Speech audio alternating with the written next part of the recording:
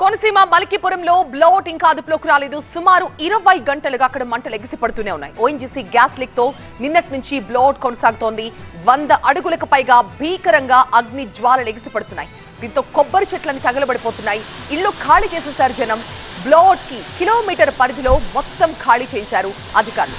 మా ప్రతినిధి సత్య స్పాట్ నుంచి మనకి లైవ్ లో అందుబాటులో ఉన్నారు మరింత సమాచారంతో. సత్య, ఈ దృశ్యాలు చూస్తుంటే పాసర్లపూడి ప్రమాదం గుర్తుకొస్తోంది. చాలా దారుణమైన ప్రమాదం, చాలా ఘోరమైన ప్రమాదం. అంటే ఇప్పుడు జరిగింది ఆ స్థాయి ప్రమాదం కాకపోయినా బట్ దాని సివియారిటీ చూస్తుంటే కాస్త భయంగానే కనిపిస్తుంది. ఏంటి అధికారులు ఏం చెప్తున్నారు? కలెక్టర్ ఏమో 5 days పట్టొచ్చు టైం అంటున్నారు. ఈ స్పెషల్ టీం కూడా అక్కడికి చేరుకున్నట్టుగా తెలుస్తోంది. ఎలా జరుగుతోంది రెస్క్యూ ఆపరేషన్?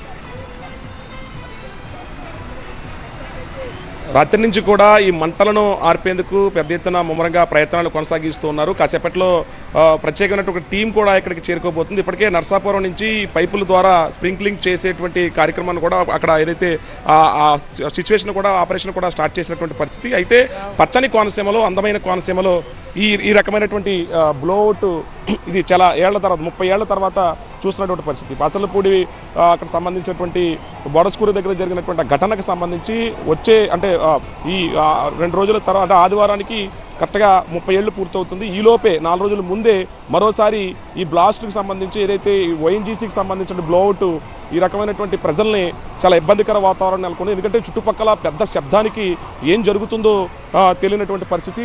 పెద్ద ఎత్తున మంటలు ఇంకా ఎగసిపడుతున్నటువంటి దృశ్యాలు. అంటే నిన్న అంటే చుమురు లోపల ఇంకా తగ్గుతూ వస్తున్నట్టుగా తెలుస్తుంది మనకి. ఎందుకంటే నిన్న ఇంకా ఒక 20 నుంచి 30 అడుగులు పై వరకు కూడా మంటలు వెళితే ఈరోజు కొంచెం ఒక 5 మీటర్లు తగ్గినట్టుగా మనకైతే కొద్దిగా మంటలను బట్టి తెలుస్తుంది. అంటే చుట్టూరు చూడొచ్చు, పూర్తిగా అక్కడ సంబంధించినటువంటి సామాగ్రి అంతా కూడా ఖాళీ బూడిదైనటువంటి దృశ్యాలు కూడా చూడొచ్చు. ఈ ఓఎన్జీసీకి సంబంధించినటువంటి నిత్యం ఇక్కడ కొనసాగేటువంటి ఏదైతే ఇక్కడ కార్యకలాపాలు ఉంటాయో మొత్తం పూర్తిగా జనరేటర్ దగ్గర నుంచి మొత్తం అంతా కూడా కాలిపోయినటువంటి పరిస్థితి. పక్కనే పచ్చని చెట్లన్నీ కూడా పూర్తిగా కాలిపోయినటువంటి దృశ్యాలు కూడా చూడొచ్చు.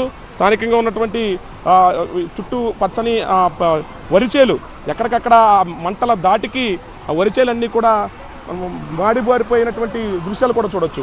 ప్రస్తుతానికి జిల్లా కలెక్టర్తో పాటు స్థానిక ఎంపీ, స్థానిక ఎమ్మెల్యేలు ఎక్కడికెక్కడ పర్యవేక్షిస్తున్నారు. స్థానిక పోలీసులు, అలాగే అక్కడ ఇంకా రెస్క్యూ టీం ఇంకా కొనసాగుతుంది. ఫైర్ ఇంజిన్ల సహాయంతో పక్క నుంచి పంట కాలువలు ఏదైతే కనిపిస్తున్నాయో పంట కాలువల నుంచి పైపుల ద్వారా నీటిని లోపలికే మళ్లించారు స్థానిక ఓఎన్జీసీ అధికారులు, స్థానిక లా అండ్ ఆర్డర్ అధికారులు.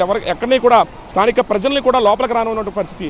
అవే మంటలు ఎగసిపడుతున్న దృశ్యాలు చూడొచ్చు. సౌండ్ ఒక్కసారి నిన్న ఏ రకమైనటువంటి పెద్ద శబ్దం ఏ రకంగా వస్తుందో ఆ శబ్దం ఇంకా కొనసాగుతున్నటువంటి దృశ్యాలు చూడొచ్చు.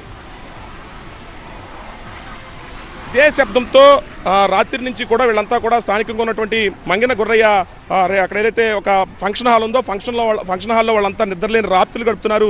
వృద్ధులు ఉన్నారు, వికలాంగులు ఉన్నారు, చిన్నపిల్లలు ఉన్నారు. వాళ్ళంతా కూడా భయాందోళనకు గురవుతున్నారు. ఎందుకంటే ఇరుసుమండ చుట్టుపక్కలంతా కూడా ఒక 100 మీటర్ల నుంచి 200 మీటర్ల లోపే నివాస గృహాల్లో ఉన్నారు. నిన్న మధ్యాహ్నం ఏం జరుగుతుందో తెలియని పక్షంలో ఒక్కసారిగా మేఘాలు కమ్ముకున్నట్టు ఆ ఫాగ్ అంతా పట్టేయడము, గ్యాస్ లీక్ అయిపోవడము, భయాందోళనకు గురయ్యి నిన్న మధ్యాహ్నం 12 గంటలకే కట్టుబట్టలతో వీళ్ళంతా కూడా ఎక్కడైతే రిహాబిలిటేషన్ సెంటర్కి సంబంధించిన వాళ్ళంతా వెళ్ళిపోయినటువంటి పరిస్థితి. అప్పటికప్పుడే ఎమ్మెల్యేలు స్పందించారు, స్థానిక ఎంపీ, స్థానిక అధికారులు స్పందించారు, స్థానిక ఎస్పీ, కలెక్టర్లంతా కూడా చేరుకున్నారు.